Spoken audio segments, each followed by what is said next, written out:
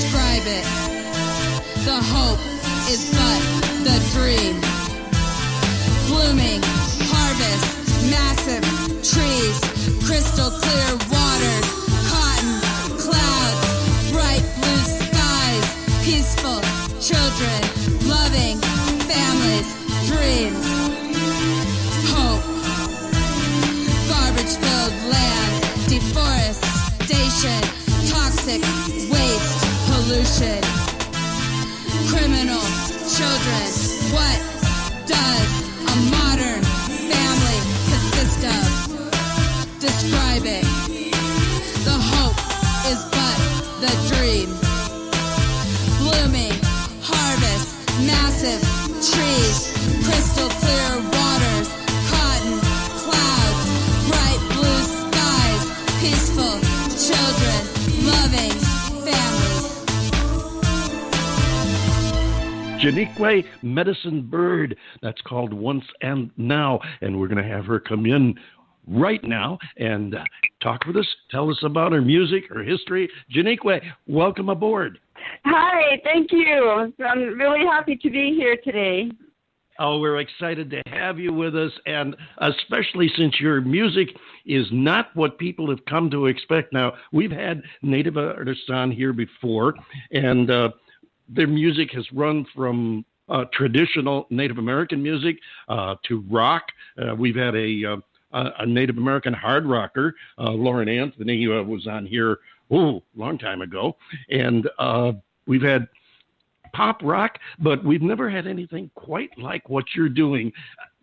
Tell us, first off, how you came up with the sound that you have. It's just probably years going through transformation since I was small. I started at classical piano, and I grew up outside of Detroit in the suburbs, and so I was exposed to a lot of different types of music.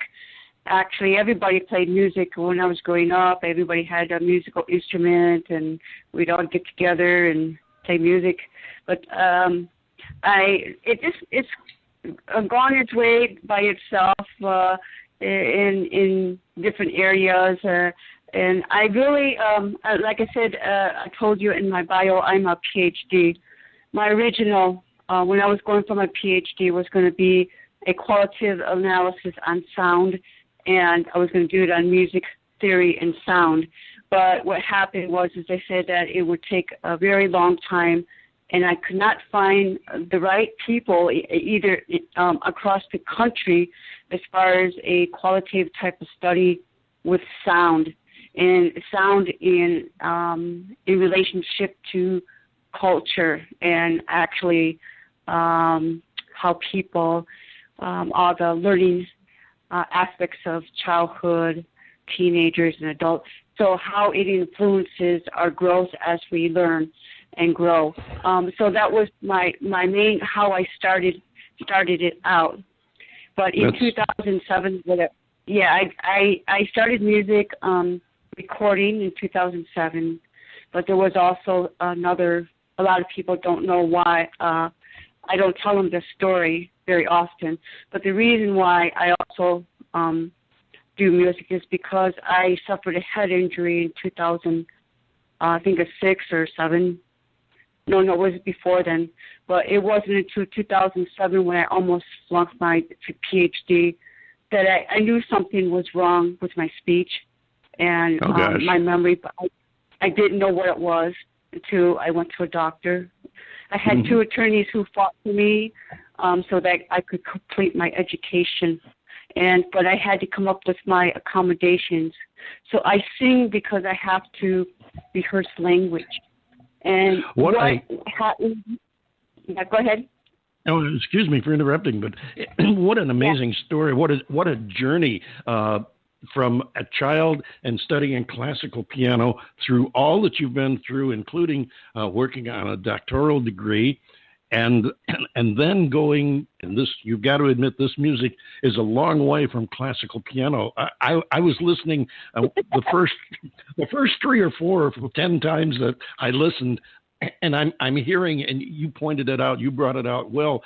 You came out of the streets of Detroit with a multitude of influences, and you can hear, to me anyway, many of them in this song. As I said in the introduction, I catch obviously the EDM sound, the pop electronic sound. I catch a little bit of hip hop even in the way you do the lyric on this particular song. So you've got a little pop, a little rock, a little hip hop. You've got some classical structure and a very, very unusual voice engineering on it. I don't know what you did with your voice, but I know there's a couple of tracks that I listened to of yours that are well, actually, I think they go beyond ethereal, and they're really a strange audio sound. It's something you really have to listen to appreciate. But I want to go back to what you said about message songs and talk to us about the message in Once and Now.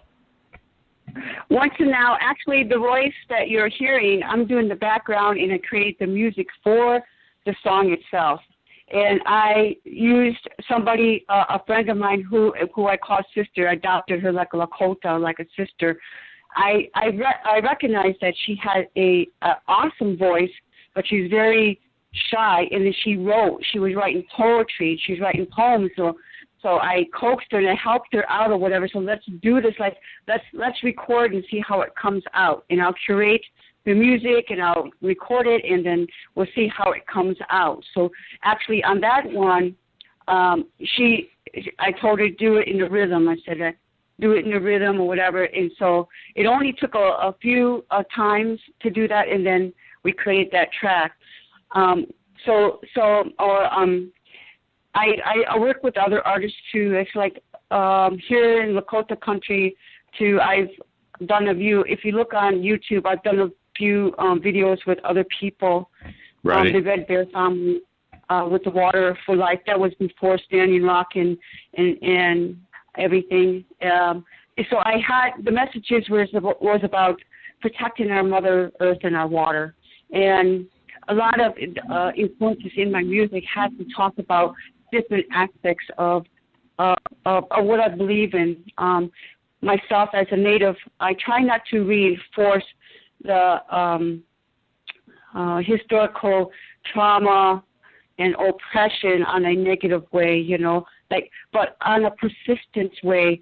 Like everything is just like you don't have to be historically traumatized if you believe in yourself and believe that you are a unique individual to the universe, and that by being persistent and being persistent with other people, you create really good things in life. It could be music, anything.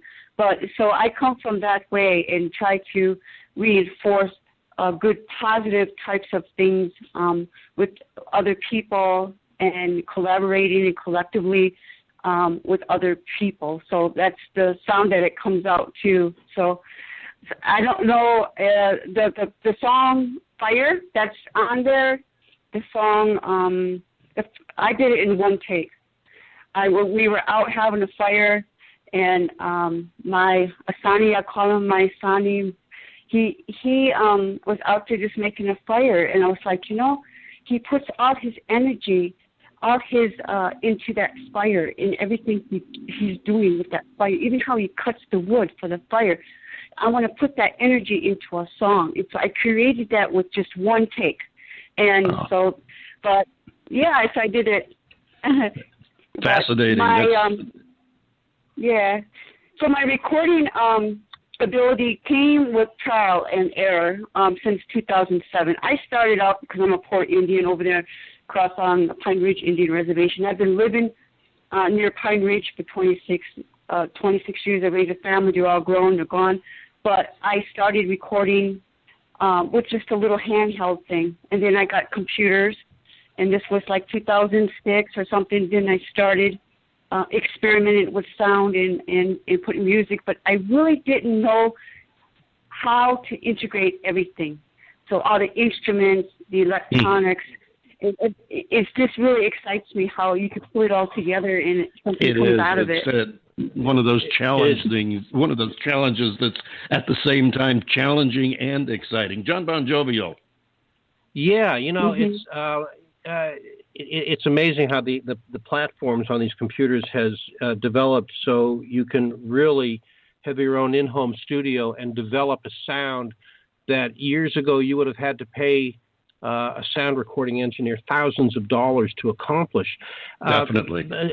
Jiiniikwe, the thing that I want to ask you, and as you know, if you ask David or anybody else that's been on the show before, I usually approach things more from the technical or production perspective, and also thinking back on my musical experience.